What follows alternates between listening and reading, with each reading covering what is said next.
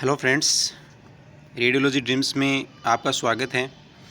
मैं कुलदीप वर्मा एक नया टॉपिक रेडियोग्राफी टर्मिनोलॉजी लेके आपके सामने हाजिर हूँ। रेडियोग्राफी टर्मिनोलॉजी जो रेडियोलॉजी होती है उसके अंदर क्या है, बहुत ही ज़्यादा इंपॉर्टेंट टॉपिक है। अगर आपको रेडियोग्राफी जो सब्जेक्ट वो समझना है तो उसके लिए आपको टर्मिनोलॉजी आना बहुत ही ज़रूरी होती है। ठीक है, टर्मिनोलॉजी अगर आपको आ जाएगी तो आप सारे एक्सरे की पोजीशन लगा सकते हो, सारे एक्सरे कर सकते हो, है ना। किसी भी प्रकार की पोजीशन में आप नहीं अटकोगे। तो उसको देखने के लिए आपको मैं जो रेडियोग्राफी टर्मिनोलॉजी है वो समझाने की कोशिश करूँगा। अगर वीडियो अच्छा लगे तो वीडियो को लाइक करना, चैनल को सब्सक्राइब करना और ज़्यादा से ज़्यादा शेयर करना। ठीक है, तो जो रेडियोग्राफी जो टर्मिनोलॉजी होती है ना, जो बॉडी की होती है, हमारी जो ह्यूमन बॉडी होती है उसको समझाने, जो टर्मिनोलॉजी समझाने के लिए क्या करते हैं, जो ह्यूमन बॉडी है उसको टर्मिनोलॉजी को 3 भागों में डिवाइड करते हैं, ह्यूमन बॉडी के ऊपर टर्मिनोलॉजी को। ठीक है, तो क्या होती है, एक तो एनाटॉमिकल टर्मिनोलॉजी होती है, एक पोजीशन टर्मिनोलॉजी होती है। क्या क्या होती है देखो, एक तो एनाटॉमिकल, पोजीशन और प्रोजेक्शन। आपको यही बता देता हूँ कि एनाटॉमिकल जो टर्मिनोलॉजी होती है उसमें क्या होते हैं कि बॉडी के एस्पेक्ट आते हैं। क्या आते हैं? बॉडी के एस्पेक्ट। एस्पेक्ट का मतलब होता है पहलू। पहलू मतलब साइड, जैसे बोलते हैं ना, हमारे सामने की साइड, पीछे की साइड, हमारे जो एक साइड में होते हैं, जैसे हमारे जहाँ जिस साइड हाथ होते हैं, है ना, वो क्या होती है? साइड होती है। उसके बाद लेटरल। तो उनको जो रेडियोग्राफी टर्मिनोलॉजी होती है उस भाषा में हम क्या बोलते हैं? एस्पेक्ट को। ठीक है, जैसे हमारा सामने की जो साइड है उसको क्या बोलेंगे? एंटीरियर एस्पेक्ट बोलेंगे, यानी एंटीरियर साइड। जो पीछे की जो साइड होती है उसको क्या बोलेंगे? Posterior aspect. ठीक है, और जो साइड की होती है जहाँ हमारे हैंड वगैरह होते हैं उनको क्या बोलेंगे? Lateral side. ठीक है, समझ गए आप? तो समझने की कोशिश करते हैं। एनाटॉमिकल टर्मिनोलॉजी और पोजीशन प्रोजेक्शन हम आगे समझते जाएंगे धीरे धीरे। तो आइए देखते हैं एनाटॉमिकल टर्मिनोलॉजी क्या होती है। देखो देखो भाई,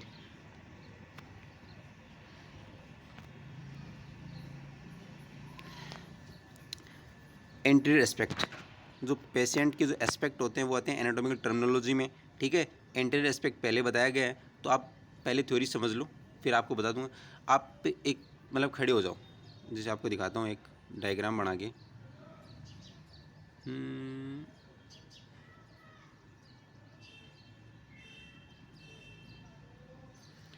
ये ह्यूमन बॉडी है। ठीक है, ये जो सामने की साइड है ना, इसको क्या बोलेंगे? Anterior aspect. और जो पीछे की जो साइड है इसके, उसको क्या बोलेंगे? Posterior aspect. सही नहीं बना डायग्राम, दोबारा बनाते हैं हम भाई। देखो दोबारा बनाते हैं।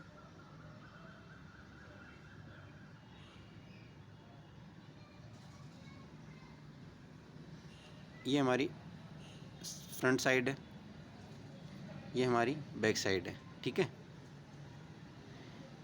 ये इसका सिर है। ठीक, जो फ्रंट साइड है ना, इसको क्या बोलेंगे हम? Anterior aspect. जो बैक साइड है उसको क्या बोलेंगे? Posterior aspect. और जो साइड की जो ये है हमारी, इधर हाथ वगैरह हाथ होते हैं हमारे दोनों तरफ, वो क्या होती है? लेटरल एस्पेक्ट होता है। क्या होता है? Lateral aspect. समझ गए आप?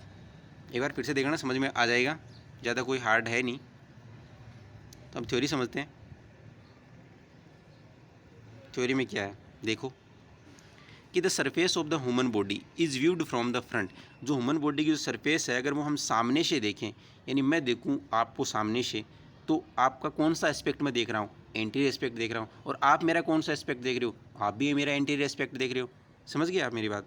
तो the surface of the human body, human body की वो सरफेस जो हम सामने से देखें उसको क्या बोलेंगे? हम एंटीरियर एस्पेक्ट बोलेंगे। समझ गए? समझ गए ना, जो मैंने आपको बताया वही है। आगे देखिए, पोस्टीरियर एस्पेक्ट देखिए, कि the surface of the human body is viewed from the back side. वही है कि जो अगर ह्यूमन बॉडी की सरफेस को हम बैक साइड से देखेंगे उसको हम पोस्टीरियर एस्पेक्ट बोलेंगे।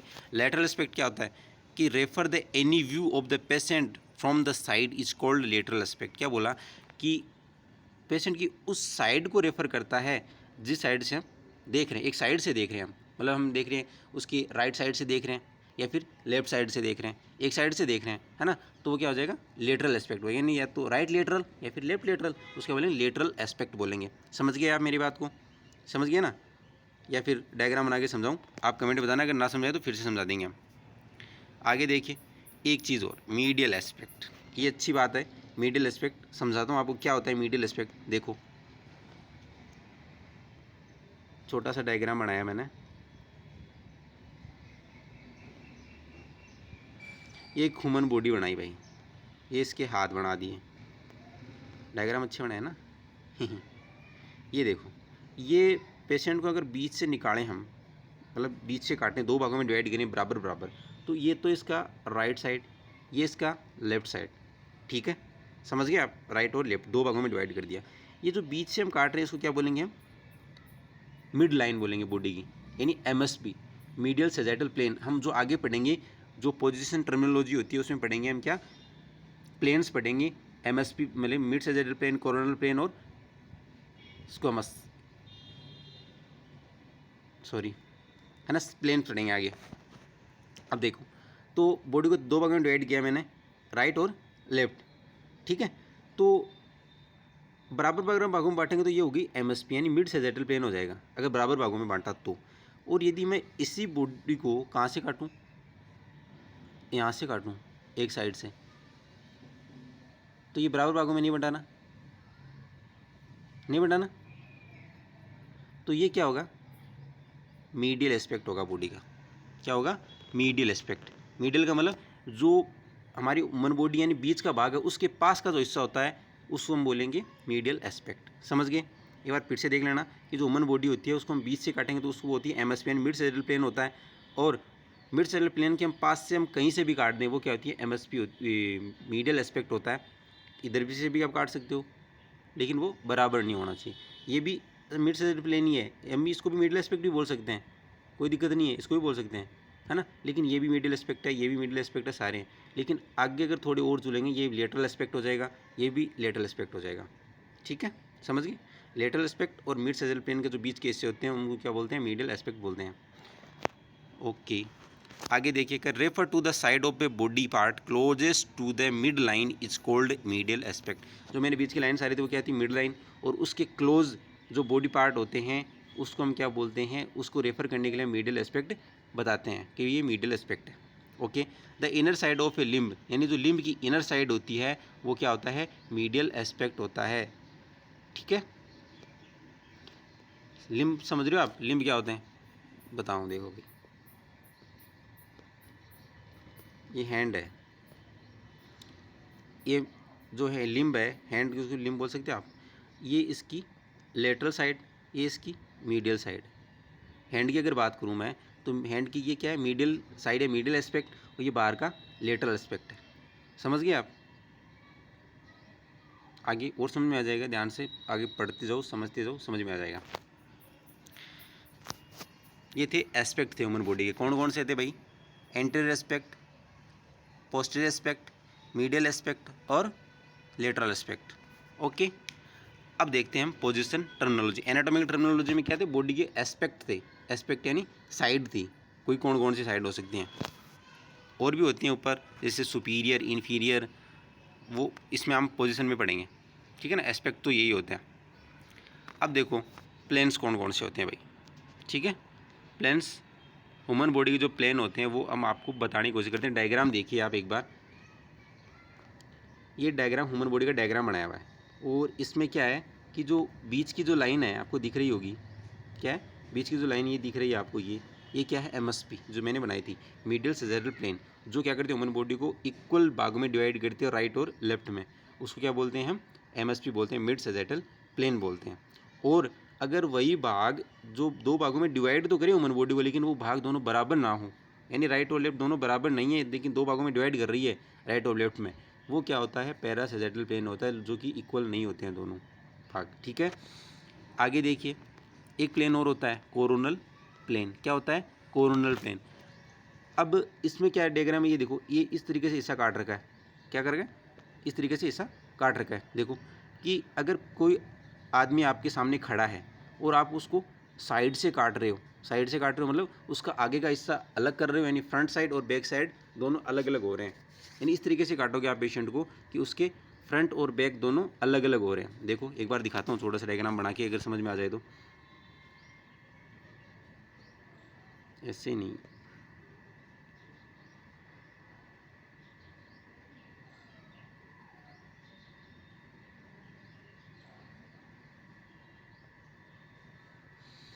ये है भाई, ये इसकी फ्रंट, ये इसकी बैक, यानी एंटीरियर एस्पेक्ट और पोस्टीरियर एस्पेक्ट। ठीक है, अब मैं ह्यूमन बॉडी को कहाँ से काटूँ, एंटीरियर और पोस्टीरियर दोनों भागों में बीच से काट दूँ, यानी आगे का हिस्सा आगे और पीछे का पीछे, दोनों में कट गया। तो ये प्लेन कौन सा हो जाएगा, कोरोनल प्लेन हो जाएगा, जो कि एंटीरियर और पोस्टीरियर भाग में डिवाइड करता है। ओके, समझ गए आप। आगे देखना, एक ट्रांसवर्स प्लेन होता है, ये क्या करता है, बॉडी को सुपीरियर और इन्फीरियर भागों में बांटता है। सुपीरियर और इन्फीरियर क्या होते हैं, आप ये भी एस्पेक्ट लिख सकते हो उसमें, सुपीरियर इन्फीरियर ये भी एस्पेक्ट ही होते हैं, इसको प्रोक्सिमल और डिस्टल भी बोलते हैं। ठीक है, सुपीरियर और इन्फीरियर ये क्या होता है, जो हमारा जो ऊपर का जो हिस्सा होता है ये क्या होते हैं, सुपीरियर आते हैं, सुपीरियर भाग होते हैं हमारे ह्यूमन बॉडी के, आते हैं सुपीरियर।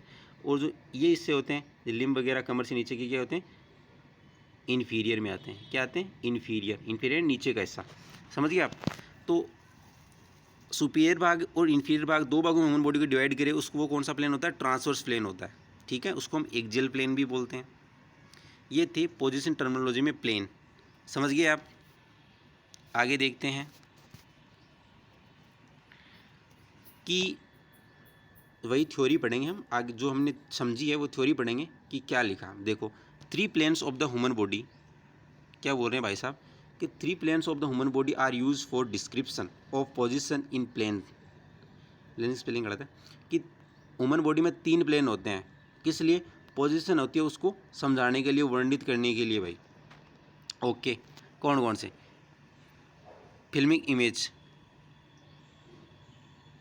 जो पोजिशनिंग होती है ना उसमें, फिल्मिंग इमेज जो हम लेते हैं और क्रॉस सेक्शन जो इमेज लेते हैं, उसमें जो पोजीशन लगाते हैं उसको समझाने के लिए बॉडी में 3 प्लेन होते हैं। ठीक है, सेक्शनल इमेज तो हम सीटी में लेते हैं। ओके, देखो कि the planes are mutually of right angle to each other. जो प्लेन हमने लिए हैं, आप एक बार और देख लो, ये देखो, ये सारे के सारे जो प्लेन्स लिए हैं ये एक दूसरे से 90 डिग्री के एंगल पर हैं। क्या है, ऐसे है, ये ऐसे भी है और ये ऐसे कट रहा है ना बीच से, तो छुरी लेके आएगा वो तीनों क्या एक दूसरे से 90 डिग्री एंगल पे हैं। पैरासेलर ये भी 90 डिग्री एंगल पे ही है, सब है ना, ये भी 90 डिग्री एंगल पे ही है। तो ये कि सारे के सारे जो प्लेन एक दूसरे से 90 डिग्री एंगल पे हैं। ओके भाई, म्यूचुअली एक दूसरे से परस्पर। अब हम पढ़ते हैं MSP, मीडियल सैजिटल प्लेन। क्या होता है मीडियल सैजिटल प्लेन, देखो भाई क्या है कि divided the body into right and left half, यानी दोनों भागों को आधे भागों में काट देती है, एक तो राइट और एक लेफ्ट कर देती है, उसको क्या बोलते हैं, MSP बोलते हैं। कि any plane that is parallel to this plane but divided the body into inequal right and left portion is known as sagittal plane और पैरा सैजिटल प्लेन। ये बोल रहे हैं कि राइट और लेफ्ट को दो भागों में डिवाइड करता है MSP, लेकिन यदि वो इक्वल है तो वो क्या हो जाएगा, मिड सैजिटल प्लेन हो जाएगा, यानी सैजिटल प्लेन बोल सकते हो आप उसको। लेकिन अगर वो इक्वल नहीं है तो आप उसको या तो पैरा सैजिटल बोलो या फिर सैजिटल बोल दो, एक ही बात है। लेकिन अगर इक्वल नहीं है तो उसको क्या बोलेंगे हम, पैरा सैजिटल प्लेन बोलेंगे, और इक्वल है तो क्या बोलेंगे, मिडिल सैजिटल प्लेन बोल देंगे। समझ गए ना आप। ठीक है, आगे देखो भाई, कोरोनल प्लेन क्या होता है कि जो बॉडी को एंटीरियर और पोस्टीरियर पार्ट में डिवाइड कर दे उसको हम कोरोनल प्लेन बोलते हैं।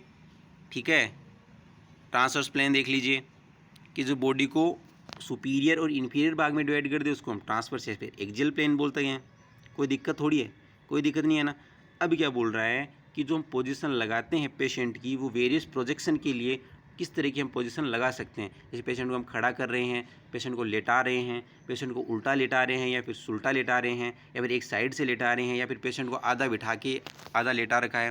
जैसे जो पेशेंट भर्ती होते हैं वो क्या होते हैं, आधे लेटे हुए, पैर तो सीधे होते हैं लेकिन जैसे सहारा लिए हुए होते हैं पीछे की तरफ, है ना, तो वो भी एक पोजीशन सेमी रिकमेंड पोजीशन होती है। ठीक है ना, तो वो हम कोशिश करते हैं समझने की क्या क्या होता है। तो वेरियस प्रोजेक्शन के लिए पेशेंट की जो पोजीशन होती है वो निम्नलिखित है। देखिए कि एक तो इरेक्ट, यानी पेशेंट को हम इरेक्ट का मतलब या तो स्टैंडिंग खड़ा करके या फिर बैठा के सिटिंग। तो the projection is taken with the patient sitting और स्टैंडिंग, यानी ये जो इरेक्ट होती है वो या तो स्टैंडिंग में लेते हैं या फिर सिटिंग में करते हैं। यानी पेशेंट को या तो बिठाना है या फिर खड़ा करना है भाई, ज़्यादा तो इरेक्ट का मतलब स्टैंडिंग में करते हैं। इसमें क्या होता है, देखो का with the posterior aspect against the cassette. Against का मतलब क्या हुआ, अगेंस्ट का मतलब जो केसिट होती है उसके सामने क्या है, पोस्टीरियर एस्पेक्ट है। पोस्टीरियर तो समझ गया ना, हमारी बॉडी का जो पीछे का हिस्सा है, नहीं जो बैक साइड होती है ना थोरैक्स कैविटी की, भाई हम चेस्ट का मान के ले लें एग्जाम्पल अगर, या फिर हैंड का ले लो, एक ही बात है, कोई बात नहीं। अगर चेस्ट का नहीं समझ में आए तो चेस्ट का अच्छे समझ में आएगा। ये चेस्ट का जो है बैक साइड होती है हमारी, वो कैसेट की होनी चाहिए, सामने होनी चाहिए, ठीक है। या फिर कैसेट के सामने एंटी रेस्पेक्ट, यानी जो हमारी सामने की जो चेस्ट होती है, ठीक है ना, जहाँ स्टर्नम वगैरह होती है, वो अगर कैसेट के सामने है, ये भी ले सकते हैं हम। या फिर राइट और लेफ़्ट साइड, या हमारे लेफ़्ट साइड में भी कैसेट लगा सकते हैं, या फिर लेफ्ट साइड में भी, राइट साइड में भी कैसेट को लगा सकते हैं।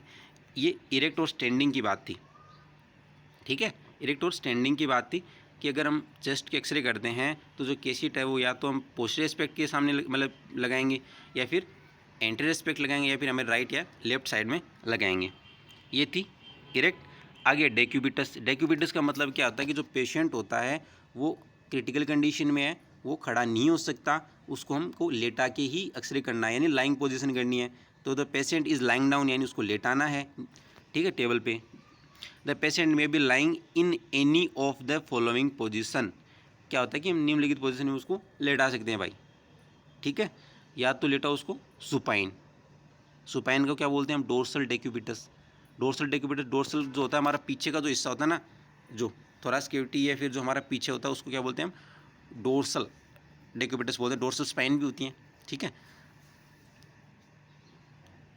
डोर्सल डेक्यूबिटस जो क्या होता है, हम पेशेंट को बैक साइड से लेटाते हैं, लाइंग करते हैं। और क्या होता है प्रोन में? क्या होता है देखो, प्रोन यानी वेंट्रल डेक्यूबिटस। क्या बोला? वेंट्रल डेक्यूबिटस।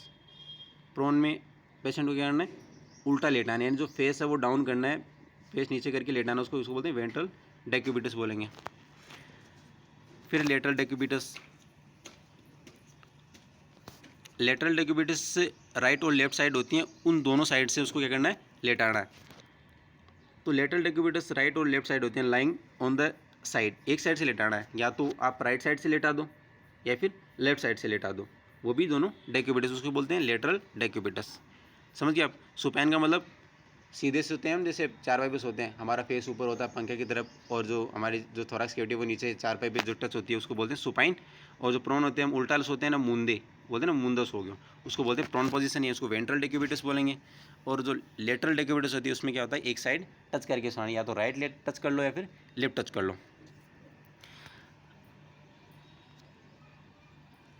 राइट लेटरल डेक्यूबिटस में या तो राइट साइड होगी, लेफ्ट में लेफ्ट साइड। अब आती है सेमी रिकुम्बेंट पोजीशन।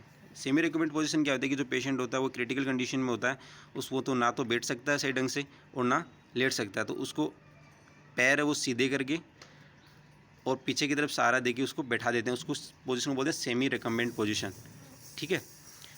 तो थ्योरी में देखिए कि a position between supine and sitting, वह पोजीशन होती है जो ना तो पेशेंट बैठा हुआ होता है, ना कि सुपाइन पोजीशन में लेटा हुआ होता है, और ना इरेक्ट होता है, with the posterior aspect of the trunk against the cassette. जो कैसेट होती है वो ट्रंक एंड जो हमारा धड़ होता है उसको बोलते हैं कैसेट, वहाँ पे पोस्टीरियर एस्पेक्ट में लगाते हैं। और यहाँ इसमें क्या होता है, पेशेंट ना तो खड़ा होता है, ना सिटिंग होता है, ना सुपाइन होता है। इस तरह की पोजीशन होती है सेमी रिकम्बेंट पोजीशन। आगे देखिए, terminology use to describe the limb position. जो हम लिम्ब की पोजीशन लगाते हैं उसमें जो टर्मिनोलॉजी होती है वो किस तरीके से काम में लेते हैं। एंड टर्मिनोलॉजी लिम्ब पोजीशन में कौन कौन सी टर्मिनोलॉजी आते हैं? जैसे हमने बॉडी एस्पेक्ट तो बता दिए, एनाटॉमी में ले लिए कि एंटीरियर हो गया, पोस्टीरियर हो गया, लेकिन अगर लिम्ब की अगर मूवमेंट की अगर बात करें, है नहीं, उसको रोटेट किस तरीके करते हैं, तो कौन कौन सी पोजीशन उसमें लगा सकते हैं? तो extension, flexion, abduction, adduction, rotation और प्रोनेशन भी होता है, ठीक है, सुपाइनेशन। ये इतने लिम्ब के लिए था। तो एक्सटेंशन,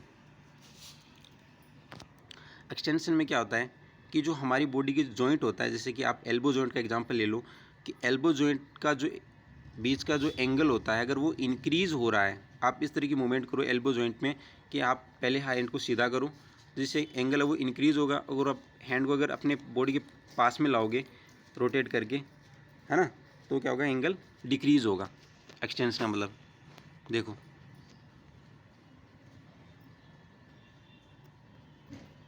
ये हैंड की बात कर रहा हूँ मैं, इसकी,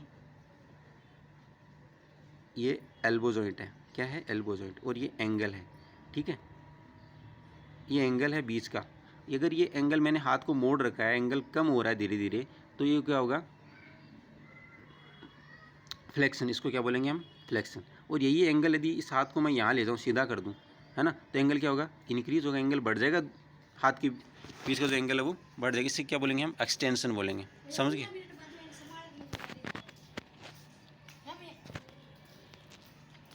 एक्सटेंशन। एक्सटेंशन और फ्लेक्शन समझ में आ गया कि जो एल्बो जॉइंट होता है उसके बीच का जो एंगल होता है, अगर वो इंक्रीज़ हो रहा है तो उसको बोलेंगे एक्सटेंशन, और यदि एंगल डिक्रीज़ हो रहा है उसको क्या बोलेंगे हम, फ्लेक्शन। समझ में ना आए तो फिर से देखना, मैंने समझा दिया। थ्योरी भी देख लो कि it is the moment of joint, यानी जॉइंट के बीच की वह मोमेंट होती है जब जॉइंट का जो एंगल होता है वो क्या होता है, इंक्रीज़ होता है, और फ्लेक्शन में क्या होता है, एंगल क्या होता है, डिक्रीज़ होता है, यानी कम होता है। अब देखो अबडक्शन और एडक्शन। अब आप नाम से डिसाइड कर लो कि जो देखो अबडक्शन और एडक्शन, एडक्शन का मतलब ऐड करना, बॉडी के पास लेके आना, और अबडक्शन का मतलब बॉडी से दूर लेके जाना। देखो भाई ये ह्यूमन बॉडी डायग्राम यही बनेगा भाई, कुछ भी कह लो, सॉरी।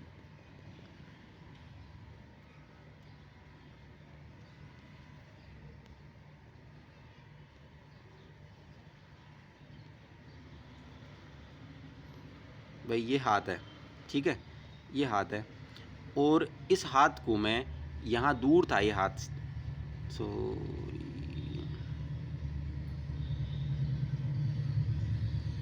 ये हाथ सीधा कर रखा है मैंने, यानी बॉडी से क्या कर रखा है, दूर कर रखा है मैंने हाथ को। तो बॉडी से अगर दूर है, यानी जो हमारे मिड लाइन है, इससे जो हैंड है वो दूर है, यहाँ से क्या है, दूर है, इतनी दूर है, दूर है, इसको बोलेंगे हम अबडक्शन, यानी बॉडी के पास में नहीं है, इसको बोलेंगे अबडक्शन। और जब ये धीरे धीरे बॉडी के पास में आएगा, है ना, धीरे धीरे क्या आएगा, बॉडी के पास में आएगा, तो उसको बोलेंगे हम एडक्शन, यानी बॉडी से ऐड कर रहे हैं, मिड लाइन के पास में ला रहे हैं तो उसको बोलेंगे एडक्शन, और दूर लेके जा रहे हैं उसको बोलेंगे अबडक्शन, पास में ला रहे हैं उसको बोलेंगे एडक्शन। समझ गए, ओके, थैंक यू। आगे देखना कि adduction, it is the moment of limb, यानी लिम्ब की वह मोमेंट होती है जो away from the mid line, जो क्या करती है, बॉडी से हैंड को या फिर जो भी बॉडी पार्ट है उसको दूर लेके जाती है। और एडक्शन में क्या होता है कि जो लिम्ब होते हैं वो मिड लाइन के टुवार्ड्स यानी की तरफ आते हैं। ओके, एक होती है रोटेशन। रोटेशन क्या होता है कि it is the movement of the body part around its axis, own axis. क्या बोल रहे हैं भाई साहब कि जो बॉडी पार्ट्स की जो मूवमेंट होती है ना, एक ही, वो कितने रोटेट एक ही से करता है। देखो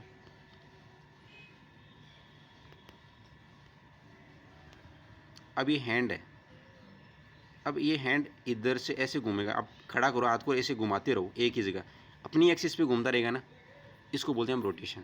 खुद ही एक्सिस पे घुमाता रहना उसको बोलते हैं रोटेशन। आगे देखो प्रोनेशन, प्रोनेशन और सुपाइनेशन तो आप समझ जाओगे कि the moment of the hand, hand के एग्जांपल के hand and forearm in which the palm is move from facing anteriorly to do posteriorly. क्या बोला कि जो हमारा हैंड होता है वो, हमारी जो पाम होती है वो नीचे की तरफ, ठीक है, और जो बैक साइड होती है, यानी जो हैंड की जो बैक साइड होती है वो ऊपर की तरफ, उसको बोलेंगे हम प्रोनेशन। ठीक है, क्या बोलेंगे हम, प्रोनेशन। हैंड की या फिर फोरआर्म की बात कर रहे हो तो जो पाम है वो क्या करेगी, मूव करेगी फेसिंग एंटीरियरली टू पोस्टीरियरली, उसको बोलेंगे हम प्रोनेशन। ठीक है, आगे देखो सुपाइनेशन। सुपाइनेशन में क्या होगा कि जो हमारा हैंड है, पाम है, वो ऊपर की तरफ होगा, और जो ब्लैक एरिया होता है हमारा हैंड का पीछे का एरिया जहाँ पे हेयर वगैरह होते हैं, है ना, वो क्या होती है, पोस्टीरियर साइड होती है हमारी हैंड की, तो वो क्या होगी, नीचे की तरफ होगी। यानी जैसे हम खुद लेटते हैं ना सुपाइन पोजीशन में, वैसे हैंड को सुपाइन पोजीशन में डालना है, तो वो क्या होगी, सुपाइन पोजीशन हो जाएगी हैंड की, यानी सुपाइनेशन बोल देंगे। पोस्टीरियर एंटीरियर टू पोस्टीरियर बोलते हैं, उसको बोलते हैं पोस्टीरियर टू एंटीरियर पोजीशन लगाएंगे तो आप समझ गए। तो supination is the reverse of this, ऊपर वाले के जो पढ़े ना उसकी रिवर्स है। The palm is move from back and posteriorly to anteriorly. ठीक है, ये था सुपाइनेशन। अब मेन चीज़ है प्रोजेक्शन टर्मिनोलॉजी। क्या है, प्रोजेक्शन टर्मिनोलॉजी है, और प्रोजेक्शन टर्मिनोलॉजी को हम समझने की कोशिश करेंगे। देखिए वीडियो बड़ा होगा, कोई बात नहीं, एक वीडियो में सारी चीज़ें आ जाएंगी।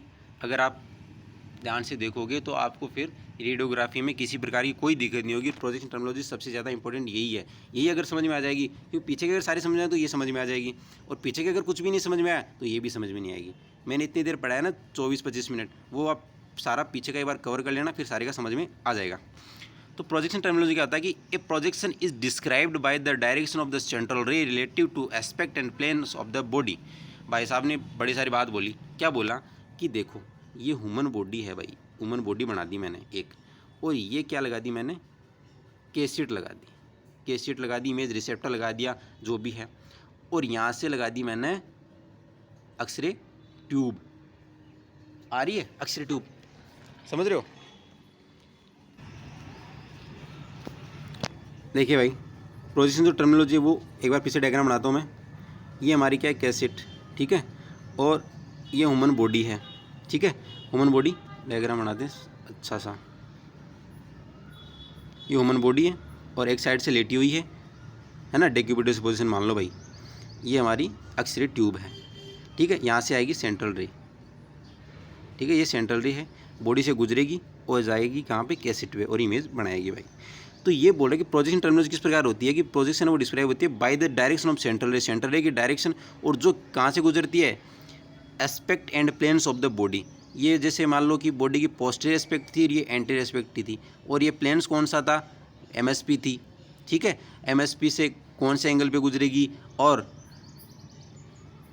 कॉर्नर प्लेन से कौन से मतलब गुजरेगी, कॉर्नर प्लेन के पैरेलल है या फिर क्या बोलते हैं उसको, परपेंडिकुलर है ना। ये सारी चीज़ें होती हैं कि जो एस्पेक्ट और प्लेन्स से सेंट्रल रे गुजरेगी और फिर डिस्क्राइब करेगी इमेज को, है ना। इसको क्या बोलते हैं, प्रोजेक्शन टर्मिनोलॉजी बोलते हैं।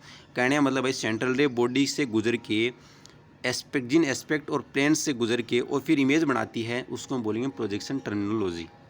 समझ गए, समझ गए ना। आगे देखो कि प्रोजेक्शन इज डिस्क्राइब, यानी प्रोजेक्शन वो डिस्क्राइब होती है by the direction of central ray, central ray की डायरेक्शन से, जो कि किस रिलेटिव होती है, एस्पेक्ट और बॉडी के प्लेन से। आगे देखो पहला जो प्रोजेक्शन है वो कौन सा है, एंटीरियो पोस्टीरियर प्रोजेक्शन। अब एक बात और ध्यान रखना, हमने क्या पढ़ा, एंटीरियर और पोस्टीरियर पढ़ा, एस्पेक्ट है, एंटीरियर भी एस्पेक्ट और पोस्टीरियर एस्पेक्ट है, और दोनों को कंबाइन कर दिया, किस प्रकार कर दिया कि एंटीरियर और पोस्टीरियर को दोनों को जोड़ के क्या बना दिया, एंटीरियो पोस्टीरियर बना दिया। भाई दो चीज़ आपस में जुड़ेंगे तो क्या बोलेंगे, एंटीरियो पोस्टीरियर बोल देंगे, ठीक है ना। क्या बोलेंगे, एंटीरियो पोस्टीरियर बोल देंगे। तो एंटीरियो पोस्टीरियर का मतलब क्या होगा कि पहले तो आपको डायग्राम दिखाता हूँ भाई। देखो डायग्राम देखो कि ऊपर क्या है, क्या है भाई, ऊपर ये एक्सरे ट्यूब है, क्या है, एक्सरे ट्यूब है, इससे क्या निकल रही है, सेंट्रल रे निकल रही है, यानी एक्सरे बीम निकल रही है, उसको हम सेंट्रल रे बोलेंगे क्योंकि वो बॉडी से गुजरती है, इसलिए सेंट्रल रे बोलते हैं, बीच से गुजरती है इसलिए। ये ह्यूमन बॉडी है, ये क्या है, ह्यूमन बॉडी है। डायग्राम थोड़ा ढंग से नहीं बना हुआ है तो आप ध्यान देख लेना कि ह्यूमन बॉडी है, इसमें क्या आती है, एमएसपी दिखा रही है, ये एमएसपी है, ठीक है। और ह्यूमन बॉडी किस प्रकार से है, देखो कि इसका पोस्टीरियर साइड कहाँ है, कैसेट की तरफ, कैसेट से कॉन्टेक्ट में कौन सी साइड है, पोस्टीरियर एस्पेक्ट, और कैसेट से दूर यानी एक्सरे ट्यूब की तरफ कौन साइड है, पोस्टीरियर एंटीरियर एस्पेक्ट, ठीक है। तो आप इसकी जो पोजीशन होती है वो कौन सी पोजीशन बोलोगे, देखो केस ट्यूब की तरफ कौन सी है, एंटीरियर, और कैसेट की तरफ कौन सी है, पोस्टीरियर, कैसेट की तरफ कौन सी है, पोस्टीरियर, यानी जो सेंट्रल रे निकल के जिस साइड से इंटर करती है वो बोलेंगे पहले, और जहाँ से निकलती है बाद में वो बाद में बोलेंगे। तो जहाँ से इंटर करी वो कौन सी है, एंटीरियर, तो एंटीरियो, फिर साथ में निकल कहाँ से रही है, पोस्टीरियर से, तो क्या बोलेंगे, पोस्टीरियर, एंटीरियो पोस्टीरियर, ठीक है। और जो इमेज बना लेगी ना बाद में तो उसको क्या बोलेंगे, एंटीरियो पोस्टीरियर प्रोजेक्शन बोल देंगे। और जहाँ तक अगर इमेज नहीं बनाई है और ये इस तरीके हमने लगा रखी है सिर्फ, है ना, सेंट्रल रे से नहीं गुजरी अभी तक, भाई सेंट्रल रे नहीं गुजरी, हमने सिर्फ पेशेंट को खड़ा किया है एक्सरे ट्यूब की तरफ, तो उसका एंटीरियर साइड है और पोस्टीरियर साइड किस तरफ है, कैसेट की तरफ, और अभी तक सेंट्रल रे नहीं दी है, तो वो क्या है, पोजीशन है, सिर्फ पेशेंट की पोजीशन लगाई हमने, और प्रोजेक्शन अभी तक नहीं लगाई क्योंकि हमने सेंट्रल रे नहीं दी है। और सेंट्रल रे जब बॉडी से गुजर जाएगी यानी एस्पेक्ट और प्लेन से, तो हम क्या बोल देंगे, उसको प्रोजेक्शन बोल देंगे, क्या कर देंगे, प्रोजेक्शन बोल देंगे। तो कौन सी प्रोजेक्शन है ये, एंटीरियो पोस्टीरियर प्रोजेक्शन है ना।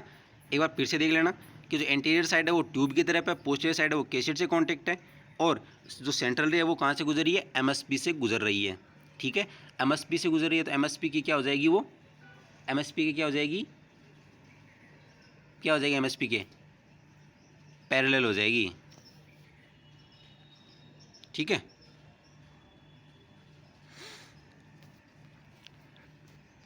अगर वो पैरेलल ना समझ में आए ना तो मुझे बोलना, मैं एक अलग से समझाऊंगा आपको कि पैरेलल परपेंडिकुलर किस प्रकार होती हैं। आप कोई चीज़ है उसको चाकू से काटोगे, है ना, चाकू से काटोगे और फिर वो सेंट्रल रे उसी से मतलब उस टाइप से गुजरेगी। ये चाकू जिस, चलो छोड़ो उसको, बाद में देखेंगे, अभी आप इतना समझो।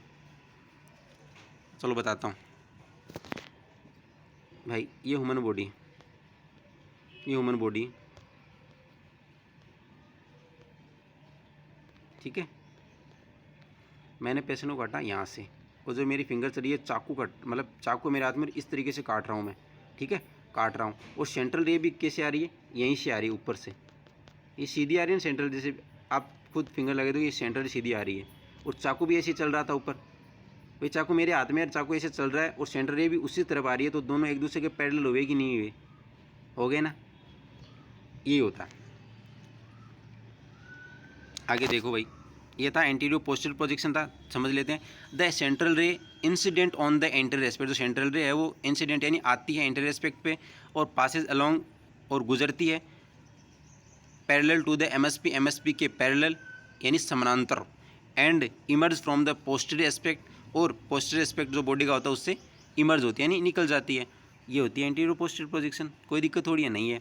आगे देखिए posterior anterior projection, the central ray incident on the posterior aspect, जो सेंट्रल रे होती है वो कहाँ पे गिरती है, पोस्टीरियर एस्पेक्ट पे गिरती है और एमएसपी के पैरेलल गुजरती है, और इमर्ज कहाँ से होती है, एंटीरियर एस्पेक्ट से, तो उसको बोल देंगे पोस्टीरियर एंटीरियर प्रोजेक्शन। एक बार डायग्राम देख लो, ह्यूमन बॉडी है वो एमएसपी है उसके पैरेलल है सेंट्रल रे, और जो पोस्टीरियर साइड है वो एक्सरे ट्यूब की तरफ है, एंटीरियर साइड है वो कैसेट की तरफ है, और जो सेंट्रल रे वो गुजर रही है, तो कौन सी प्रोजेक्शन हो जाएगी, पोस्टीरियर एंटीरियर प्रोजेक्शन हो जाएगी। क्योंकि नाम पहले कौन सा बोलते हैं, जो ट्यूब की तरफ होता है वो साइड बोलते हैं पहले, और बाद में बोलते हैं जो कैसेट से कॉन्टेक्ट होती है, यानी जहाँ से सेंट्रल रे गुजरती है भाई, समझ गए। आगे देखो लेटरल प्रोजेक्शन, लेटरल प्रोजेक्शन थोड़ी सी हार्ड पड़ेगी आपके लिए, लेकिन समझ में आ जाएगा आपको। देखते हैं लेटरल प्रोजेक्शन में क्या होता है कि जो पेशेंट है वो एक साइड से अटैच्ड है कैसेट के साथ, एक साइड से अटैच्ड है, जैसे कि मतलब पेशेंट की जो राइट साइड है उस तरफ कैसेट लगी हुई है, और जो लेटरल साइड है वो अक्सर ट्यूब की तरफ है, ठीक है। तो अब उसमें क्या बोलेंगे, देखिए भाई साहब, आगे देखो लेटरल प्रोजेक्शन में देखो कि जो राइट साइड है वो कैसेट की तरफ है, और लेफ्ट साइड है वो ट्यूब की तरफ है, और एंटीरियर और पोस्टीरियर दोनों साइड में रह गए भाई, एंटीरियर दोनों तो पोस्टीरियर दोनों साइड में रह गए। अब देखो एमएसपी के जो सेंट्रल रे वो कहाँ कैसे होगी, परपेंडिकुलर होगी ना एमएसपी के, लेकिन कोरोनल प्लेन के पैरेलल होगी। अब समझ गए ना, कोरोनल प्लेन के पैरेलल कैसे होगी, क्योंकि हम साइड से काटते हैं ना कोरोनल प्लेन में, तो कोरोनल प्लेन के तो पैरेलल होगी और ट्रांसवर्स की भी पैरेलल होगी, लेकिन एमएसपी की क्या होगी, परपेंडिकुलर होगी, ठीक है ना। ये क्या है, लेटरल प्रोजेक्शन है, ठीक है। एक साइड से सेंट्रल इंसिडेंट होगी, दूसरी साइड से इमर्ज होगी, इसको बोलते हैं lateral aspect projection, sorry theory पढ़ते हैं। द सेंट्रल रे passes from one side of the body, यानी जो सेंट्रल रे वो बॉडी के एक साइड से गुजरती है, to the other side along a coronal and transverse planes, यानी ट्रांसवर्स प्लेन और कॉर्नर प्लेन से होती हुई, okay. If the central ray enter on the left side, यदि सेंट्रल रे वो लेफ्ट साइड से इंटर करे और passes through the right side, और राइट साइड से गुजर जाए, या राइट साइड से निकल जाए, इमर्ज हो जाए, तब उस प्रोजेक्शन को क्या बोलेंगे, this projection called right lateral projection. जो साइड कॉन्टेक्ट में है उसको बोलेंगे हम क्या, राइट लेटरल प्रोजेक्शन। क्या बोला भाई सामने कि सेंट्रल रे है वो लेफ्ट साइड से तो इंटर करेगी, जैसे कि हमने डायग्राम बना रखा है, लेफ्ट साइड से इंटर कर रही है सेंट्रल रे, और राइट साइड से इमर्ज हो रही है, और जो राइट साइड है वो कैसे रही है, कॉन्टेक्ट में है, तो इस प्रोजेक्शन को हम क्या बोलेंगे, राइट लेटरल प्रोजेक्शन बोलेंगे, ठीक है। अब देखो कि in this case of A limb, यदि लिम्ब का कोई केस हो, यानी हाथ पैर का, जो है ना हाथ पैर की बात करें वो होते हैं लिम्ब, तो इनमें क्या होता है कि central incident on the lateral aspect, जो इंसिडेंट है वो लेटरल एस्पेक्ट पे होती है, and emerge from the medial aspect, जा क्या करती है कि वो मीडियल एस्पेक्ट से गुजरती है। भाई मैंने बताया था कि जो हम पोजीशन लगाते हैं किसकी, ये था आदमी यानी पेशेंट जो हमारे पास बार बार आता रहता है, ये हमारा हैंड है, ये बॉडी है यानी एमएसपी मिड सेरेब्रल प्लेन, और ये हैंड है, ये कहाँ है, ये बॉडी की जो दूर की साइड, जो हैंड की जो साइड होती है, कि पाम मैं सामने करूं, यानी मेरे जो हैंड की जो पाम है वो कहाँ है, सामने की तरफ है, यानी आपको दिख रही है, तो इसकी जो बाहर की जो साइड है इसको बोलेंगे हम लेटरल एस्पेक्ट, और जो अंदर यानी मिडिल जो लाइन हमारी एमएसपी इसके पास की जो साइड इसको बोलेंगे मीडियल एस्पेक्ट, समझ गया। अब मैं इसकी पोजीशन लगाऊँ, एक्सरे करूँ, इसकी अगर मैं लेटरल पोजीशन लगाऊँ, है ना, तब क्या बोलेंगे, वो थ्योरी हम पढ़ रहे हैं। देखो कि incident on the lateral aspect, यानी जो सेंट्रल रे वो लेटरल एस्पेक्ट पे तो इंसिडेंट हो, यानी हैंड जो हम अक्सर ही कर रहे हैं, हैंड का या फिर जो हमारा लिम्ब है उसका अक्सर ही कर रहे हैं, तो उसके लेटरल एस्पेक्ट पे तो क्या हो, इंसिडेंट हो, और इमर्ज कहाँ से हो, मीडियल एस्पेक्ट से, तो हम उसको क्या बोलेंगे, लेट्रोमीडियल प्रोजेक्शन। क्या बोलेंगे, लेट्रोमीडियल प्रोजेक्शन, यानी लेटरल पे तो इंसिडेंट हो रही है और मीडियल से क्या हो रही है, इमर्ज हो रही है, तो हम उसको क्या बोलेंगे, लेट्रोमीडियल प्रोजेक्शन। कोई दिक्कत नहीं है ना, लेट्रोमीडियल। ना समझ आया ना, एक बार फिर से देख लेना जो डायग्राम मैंने बनाया। The central is incident on the medial aspect, क्या बोला कि सेंट्रल यदि मीडियल एस्पेक्ट पे इंसिडेंट हो और इमर्ज जो लेटरल से, तो क्या बोलेंगे फिर मीडियो लेटरल प्रोजेक्शन बोल देंगे। सॉरी ट्रेन आ रही है ना। क्या हो रही है कि मीडियल एस्पेक्ट पे इंसिडेंट हो रही है और लेटरल साइड से क्या हो रही है, इमर्ज हो रही है, उसको बोलेंगे मीडियो लेटरल प्रोजेक्शन बोल देंगे। ठीक है गाइज, आगे देखिए बीम एंगुलेशन। बीम एंगुलेशन का मतलब क्या होता है कि जो हम अक्सर करते हैं उसमें क्या होती है, ट्यूब होती है, उसमें एंगल देते हैं भाई, क्या करते हैं, एंगल देते हैं। वो किसके सापेक्ष देते हैं, जो ट्रांसवर्स प्लेन्स होता है ना ज़्यादातर, उसके सापेक्ष देते हैं हम अक्सर ट्यूब में एंगल देते हैं। ठीक है, वो एंगल होते हैं दो प्रकार के। कौन कौन से एंगल होते हैं, एक तो सीफेलिक यानी क्रेनियली एंगल देते हैं, या फिर कोडली एंगल देते हैं यानी टुवार्ड द फिट। ठीक है, कहने का मतलब क्या है, जो अगर ट्यूब को एंगल देते हैं तो हम दो तरीके से दे सकते हैं, या तो हम उसको सिर की तरफ दे देंगे या फिर पैर की तरफ दे देंगे एंगल, ट्यूब को घुमा देंगे भाई। तो देखो कि radiographic projection are often modified by directing the central ray at some angle to a transverse planes, यानी क्या होगा, रेडियोग्राफिक जो प्रोजेक्शन होती है उसमें जो सेंट्रल रे होती है उसको कुछ ट्रांसवर्स प्लेन से कुछ एंगल दिया जाता है। वो एंगल होते हैं दो प्रकार के, एक तो क्रेनियली जिसको हम सिफेलिक बोलते हैं, जो कि टुवार्ड्स दी हेड होते हैं, यानी हेड की तरफ ट्यूब को रोटेट करते हैं, और दूसरा होता है कोडली यानी टुवार्ड दी फिट, हम फिट की तरफ ट्यूब को एंगल देते हैं। एग्जाम्पल जैसे 20 डिग्री कोडेड एंगल दिया या फिर 20 डिग्री क्रेनियली एंगल दे दिया ट्यूब को। ठीक है, ये था बीम एंगुलेशन। ठीक है, ये कुछ समझने के लिए चीज़ें थी, हम बीच में समझा दिया आपको। आगे देखिए एक प्रोजेक्शन और है, ऑब्लिक प्रोजेक्शन। हमने एंटीरियो पोस्टीरियर प्रोजेक्शन पढ़ी, हमने लेटरल प्रोजेक्शन पढ़ी, लेटरल में दोनों पढ़ी, राइट और लेफ्ट वाली भी पढ़ी, हमने बीम एंगुलेशन देखा। हम आगे पढ़ रहे हैं ऑब्लिक प्रोजेक्शन। ऑब्लिक प्रोजेक्शन में क्या होता है कि जो सेंट्रल रे है वो passes through the body along a transverse planes at some angle between the MSP and coronal plane, कि जो MSP होती है वो और कोरोनल प्लेन जो होता है उन दोनों के बीच में कुछ एंगल से ट्रांसप्लेन से होती हुई जो सेंट्रली गुजरती है उसको हम बोलते हैं ऑब्लिक प्रोजेक्शन। देखो एक बार फिर आपको वो डायग्राम दिखाता हूँ। देखो इसमें क्या है कि ये MSP है, क्या है भाई, ये MSP है हमारी। ठीक है, ये MSP और ये कोरोनल प्लेन। अब इन दोनों के बीच ये तो क्या हो गया, राइट साइड में, राइट और लेफ्ट में डिवाइड कर रही है, और ये वाला किस में कर रहा है, फ्रंट और बैक में, जो कोरोनल प्लेन है। अब इन दोनों के बीच में जो जगह है ना, ये एक साइड है, इसको हम बोलते हैं ऑब्लिक। ठीक है, दोनों के बीच की जो उसको बोलेंगे ऑब्लिक। ये ऑब्लिक प्रोजेक्शन के लिए हम काम में लेते हैं। जैसे कि एक साइड, ये अगर ये साइड में कॉन्टेक्ट में करूँ तो ये ऑब्लिक प्रोजेक्शन है, और ये पीछे की साइड भी कॉन्टेक्ट, ये भी ऑब्लिक प्रोजेक्शन है ना। तो MSP और जो कोरोनल प्लेन होते हैं उन दोनों के बीच की जो जगह होती है वो ऑब्लिक प्रोजेक्शन के लिए काम में ली जाती है। आगे देखते हैं, तो ऑब्लिक में प्रोजेक्शन में क्या बोला कि जो सेंट्रल रे होती है वो ट्रांसवर्स प्लेन से होती हुई कोरोनल और MSP के कुछ एंगल के साथ गुजरे, के बीच में से कुछ एंगल के साथ गुजरे, उसको क्या बोलते हैं, ऑब्लिक प्रोजेक्शन बोलते हैं। फॉर दिस प्रोजेक्शन, इस प्रोजेक्शन के लिए the patient is usually positions with the MSP at some angle, जो पेशेंट होता है वो MSP के साथ कुछ एंगल जैसे कि 0 से 90 डिग्री बताया गया है, लेकिन मेनली 45 डिग्री, 45 डिग्री, 30 डिग्री है ना, 30 से 60 डिग्री होते हैं ना, 30 से 60 डिग्री, ये जो एंगल होते हैं ना, ये क्या होते हैं, ऑब्लिक के लिए सही माने जाते हैं। और राइट जो ऑब्लिक होता है ना, एकदम से कम्प्लीटली ऑब्लिक, उसको बोलते हैं 45 डिग्री एंगल पे। ठीक है ना, क्या बोला कि तो इस पोजीशन के लिए जो MSP होती है वो कुछ एंगल्स होते हैं, जैसे कि 0 से 90 degree to the cassette, cassette के साथ में 0 से 90 डिग्री होती है, with the central ray at right angle to the cassette. तो सेंट्रल रे वो किस के साथ होना चाहिए, राइट एंगल का मतलब होता है 90 डिग्री। तो सेंट्रल रे है वो कैसेट के साथ तो 90 डिग्री होनी चाहिए, लेकिन जो MSP है वो लगभग 0 से 90 बता रहेगा थ्योरी के हिसाब से, लेकिन आप 45 डिग्री ओब्लिक मानते हैं, 45 डिग्री एंगल होता है वो ओब्लिक के लिए होता है।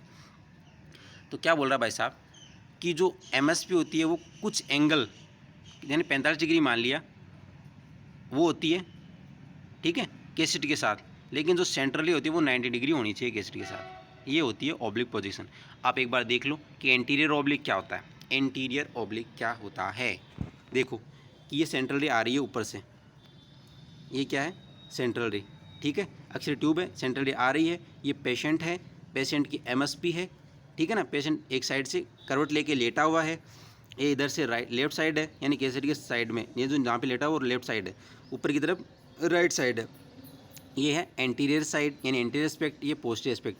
कहने वाला सेंट्रल है वो पोस्टीरियर साइड से इंटर करेगी और एंटीरियर साइड से निकलेगी, और जो साइड कॉन्टेक्ट में कैसेट के यानी लेफ्ट साइड भी है और एंटीरियर साइड भी है, ठीक है। तो अब एंटीरियर ओब्लिक बोल रहे हैं, जो साइड कॉन्टेक्ट में है वो बोल रहे हैं एंटीरियर ओब्लिक। कौन सी पोजीशन बोल रहे हैं इसको, एंटीरियर ओब्लिक बोल रहे हैं, जो साइड कैसेट के कॉन्टेक्ट में है और MSP से कुछ डिग्री एंगल के साथ गुजरी है, ठीक है ना। सेंट्रल रे क्या कर रही है, MSP से कुछ एंगल के साथ गुजर रही है और कैसेट के कितने डिग्री पे है, कैसेट के 90 डिग्री पे गुजर रही है। ये तो बोला था कि MSP के साथ तो कुछ डिग्री यानी लगभग 45 डिग्री के साथ गुजरे और कैसेट के साथ 90 डिग्री का एंगल बनाए, वो हो जाएगी ओब्लिक पोजीशन। और ये एंटीरियर ओब्लिक है, यानी जो एंटीरियर साइड है वो कैसेट के कॉन्टेक्ट में, इसको हम एंटीरियर ओब्लिक बोल देंगे। यदि एक चीज़ और बोल दो आप, देखो कि इसको मैं लेफ्ट साइड एंटीरियर ओब्लिक भी बोल सकता हूँ, क्योंकि जो लेफ्ट साइड है वो कैसेट के कॉन्टेक्ट में, तो लेफ्ट एंटीरियर ओब्लिक हो जाएगा। ये क्या हो जाएगा, लेफ्ट एंटीरियर ओब्लिक हो जाएगा। समझ गए।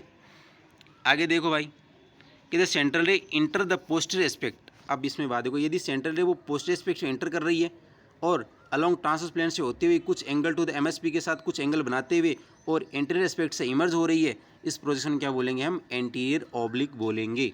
ओके, का this projection is also called described, this projection is also described by the side of the torso, यानी बॉडी पार्ट्स के साइड से भी हम डिस्क्राइब करते हैं closest to the cassette. Body के उस साइड से भी डिस्क्राइब कर दो कि कैसेट के क्लोजेस्ट में, जैसे कि मैंने अभी बताया कि लेफ्ट साइड क्लोजेस्ट में थी, तो हम लेफ्ट एंटीरियर बोल सकते हैं, क्योंकि सेंट्रली एंटीरियर से गुजरी है ना, इसलिए। टोर्सो का मतलब बॉडी पार्ट होता है, ये ध्यान रखना आप कि टोर्सो क्या होता है। आगे देखो भाई कि in the diagram the left side is closest to the cassette, the position is called left anterior oblique. समझ गए, ओके गुड। आप भी देख लो पोस्टीरियर ऑब्लिक है, समझ गए आप। ये पोस्टीरियर ऑब्लिक किस प्रकार होगी, जो पोस्टीरियर साइड है वो कैसेट के कांटेक्ट में है और सेंट्रल रे है वो एंटीरियर साइड से एंटर कर रही है और पोस्टीरियर से गुजर रही है MSP के से कुछ एंगल बनाते हुए और कैसेट के साथ इमेज बनाएगी, और लेफ्ट साइड कांटेक्ट में, तो इसको क्या बोलेंगे हम, लेफ्ट पोस्टीरियर ऑब्लिक बोलेंगे।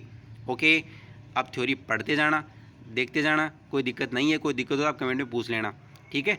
अब ओब्लिक है वो कुछ एंगल के साथ किस प्रकार होगा, आप जो ट्यूब दे रहे थे, इतनी देर हम एंगल दे रहे थे, वो सॉरी ट्यूब का हम इतनी देर एंगल नहीं दे रहे थे, अब ट्यूब का एंगल देंगे और पेशेंट है वो नॉर्मल कंडीशन में लेटा हुआ है यार भाई, उसको हिला नहीं सकते हम, और फिर हमें ओब्लिक करना, तो ट्यूब को एंगल देके हम ओब्लिक कर सकते हैं। देखो किस प्रकार किया कि ट्यूब को एंगल दिया है, ठीक है, और एंगल कितना देंगे, वही देंगे जो 45 है, MSP से लगभग 45 डिग्री एंगल दे देंगे, ये दिया। और जो साइड कॉन्टेक्ट में राइट साइड कॉन्टेक्ट में और पोस्टीरियर साइड है, इसको क्या बोल देंगे हम, राइट पोस्टीरियर ओब्लिक, यही चीज़ है, right posterior oblique by beam angulation. भाई बीम एंगुलेशन बोल दिया, कोई दिक्कत हो तो पूछ लेना आप, कोई दिक्कत नहीं है, नॉर्मल है, अगर आप एक बार समझ में आ जाएगा तो कोई दिक्कत नहीं होगी।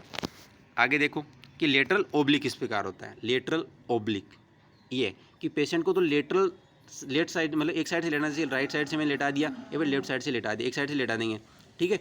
फिर इस प्रकार का ओब्लिक किससे करेंगे, देखो भाई डायग्राम देखो आप, पेशेंट को मैंने लेटरल साइड से लेटा दिया, ये लेटा हुआ पेशेंट, अक्सर सोर्स बीम एंगुलेशन के साथ ही आ रहा है, कर दिया, राइट साइड ऊपर लेफ्ट साइड नीचे, यानी कॉन्टेक्ट में लेफ्ट साइड, और ठीक है ये इधर एंटीरियर साइड है, इधर पोस्टीरियर साइड है। इसमें क्या बोलेंगे हम, सिर्फ लेटरल बोलेंगे क्योंकि वो हो नहीं सकता इसमें, क्या साइड यानी एंटीरियर साइड और पोस्टीरियर साइड तो क्लोजेस्ट में है ही नहीं ना कैसेट के, इसलिए। आगे देखो ये क्या होगी, लेफ्ट लेटरल ऑब्लिक और राइट लेटरल ऑब्लिक, अगर राइट कॉन्टेक्ट में हो तो राइट लेटरल ऑब्लिक हो जाएगा। समझ गए ना आप, समझ गए। तो इसमें क्या हो रहा है कि मैंने 20 डिग्री एंगल दिया है, अगर क्रेनियली दिया है तो क्रेनियल, कॉर्डली दिया है तो कॉर्डली, और कौन से साइड कॉन्टेक्ट में, लेफ्ट है तो लेफ्ट, और लेटरल है साइड हम कर रहे हैं ना लेटरल, तो लेटरल और ओब्लिक कर ही रहे हैं, ओब्लिक एन एंगल दे रहे हैं 45 डिग्री, तो उसलिए ओब्लिक हो जाएगा। तो 20 degree cranially left lateral oblique हो जाएगा, ठीक है। ये हमारी ओब्लिक पोजीशन थी, अच्छे से समझ में आई होंगी, आई होप, है ना। कोई दिक्कत हो तो आप फिर से पूछ लेना। आगे देखो कि पोजीशन टर्मिनोलॉजी बाई फुट और लोअर लिम्ब, यानी जो फुट और लोअर लिम्ब होते हैं उसके लिए आप पोजीशन, जो टर्मिनोलॉजी है, पोजीशन मैंने आगे लिखाई नहीं थी, इसके लिए आप यहाँ देख लो ये कि जो फुट है उसके लिए पोजीशन टर्मिनोलॉजी क्या किस प्रकार काम में लेते हैं। Dorsal surface, planter surface, medial aspect और लेटरल एस्पेक्ट। ठीक है, आगे देखो कि फुट के लिए डोर्सल सरफेस, फुट की जो डोर्सल सरफेस होती है वो कौन सी होती है? जो आपका पैर, आप खड़े हो और आपको जो सरफेस ऊपर दिखाई दे रही है जहाँ पे हेयर वगैरह है, नाखून वगैरह है, वो है डोर्सल सरफेस। कौन सी है? डोर्सल सरफेस है। फुट की कौन सी है? Dorsal surface. आप खड़े हो और जहाँ पे नाखून वगैरह आपको ऊपर से दिख रहे हैं ना, वो फुट की डोर्सल सरफेस होती है। ठीक है, the superior surface of the foot, यानी फुट की जो सुपीरियर सरफेस होती है वही ऊपर की सरफेस। प्लांटर सरफेस का मतलब क्या हुआ? जो नीचे हील वगैरह हैं यानी एडी, ठीक है, और जहाँ जो हिस्सा हमारा ज़मीन पे टिकता है वो बोलता है प्लांटर सरफेस होता है, यानी inferior surface of the foot होता है। फिर क्या होता है? Medial aspect. मीडियल एस्पेक्ट का मतलब क्या हुआ कि वो हमारे फुट का वो हिस्सा जो मिडल लाइन है, जो MSP है, उसके पास है। समझिए आप, जो पास है यानी बीच भाई अंदर का जैसा फुट के दो भाग हो गए ना, एक तो अंदर वाला, एक बाहर वाला। देखो आप डायग्राम दिखाता हूँ, देखो भाई, सॉरी, ऐसे ये फुट है, ठीक है, बच्चे का बना दिया। ये ऊपर नाखून है, तो ऊपर का जो भाग है ये क्या होगा? Dorsal surface. जो नीचे जो ज़मीन पे टिकता है उसको क्या बोलते हैं? Planter surface. और जो इधर भी फुट मान लो एक, इसमें भी यही है, ठीक है। और यहाँ पे MSP है, बीच का जो भाग है ये MSP है, ठीक है। जो MSP जो पास होता है, पास वाला हिस्सा होता है, उसको क्या बोलते हैं? क्या बोलते हैं? Medial aspect. और जो बाहर वाला होता है उसको क्या बोलते हैं हम? Lateral aspect. समझ गए ना? ये होता है the surface near the mid line of the body, उसको मीडियल एस्पेक्ट। लेटरल एस्पेक्ट क्या होता है? सरफेस फर्दर यानी away far from the mid line of the body. और medial rotation, the lower limb is rotated inward, यानी आपको अंदर की तरफ रोटेट करना है तो वो क्या होगा? मीडियल रोटेशन हो जाएगी। वो कौन कौन सी होती हैं भाई? देख लो, जैसे कि लेटरल रोटेशन का the lower limb is rotated outward, यानी आप जो अपना पैर है या लोअर लिम्ब है उसको बाहर की तरफ अगर रोटेट करोगे वो क्या हो जाएगी? Lateral rotation. अंदर की तरफ करोगे तो वो मीडियल रोटेशन। ठीक है, अब इन्वर्जन क्या होता है? जो फुट होता है, जो प्लांटर सरफेस होती है, और उसको इस प्रकार से यानी खींच के अंदर की तरफ करना है सरफेस को, उसको क्या बोलेंगे? Inversion. Inversion of the foot occur when the plantar surface of the foot is turn to face medially with the limb extend. आपको किस बता रहा हूँ, देखो कि जो पैर होता है, फुट है ना, जैसे कि ये पैर है, ये पैर है, आप इस प्रकार से खींच के इसको इस तरफ करोगे, जो पैर का जो प्लांटर सरफेस है ना, जो नीचे की जो भाग है वो आपको ऐसे दिखने लग जाए इस प्रकार से, यानी अंदर की तरफ उसको रोटेट करो तो वो हो जाएगा इन्वर्जन। और इसको बाहर की तरफ रोटेट कर दो, ऐसे ऐसे बाहर की तरफ भी रोटेट कर सकते हो पैर को, वो हो जाएगा इवर्जन। ठीक है, कोई ज़्यादा खास नहीं है, इतनी चीज़ें थी इसमें। तो रेडियोलॉजी टर्मिनोलॉजी थी वो आपको मैंने बेटर से बेटर तरीके, जिस तरीके से मैं समझा सकता था विथ नोट्स के साथ समझाई है। और जितना मैंने वीडियो छोटा बनाना चाहता लेकिन नहीं बना पाया, क्योंकि अलग अलग अगर करूँगा तो वीडियो बहुत सारे बनेंगे और आपको समझ में नहीं आएगा, इसलिए मैंने एक ही वीडियो में सारी चीज़ें डाल दी हैं। ठीक है, और वीडियो को ज़्यादा से ज़्यादा शेयर करना आपको। और किसी प्रकार का कोई डाउट हो, कुछ भी, जो DRD से ऑल सब्जेक्ट हैं, किसी प्रकार का कोई डाउट हो आप मुझे पूछ सकते हैं कमेंट में। कोई ज़रूरी नहीं आपकी जो मैं पढ़ा रहा हूँ वही पूछें, कुछ भी आप पूछ सकते हैं चाहे वो। ठीक है, thank you guys, bye bye. Channel को सब्सक्राइब करें ज़्यादा से ज़्यादा ताकि मुझे भी मोटिवेशन मिलती रहे। Thank you.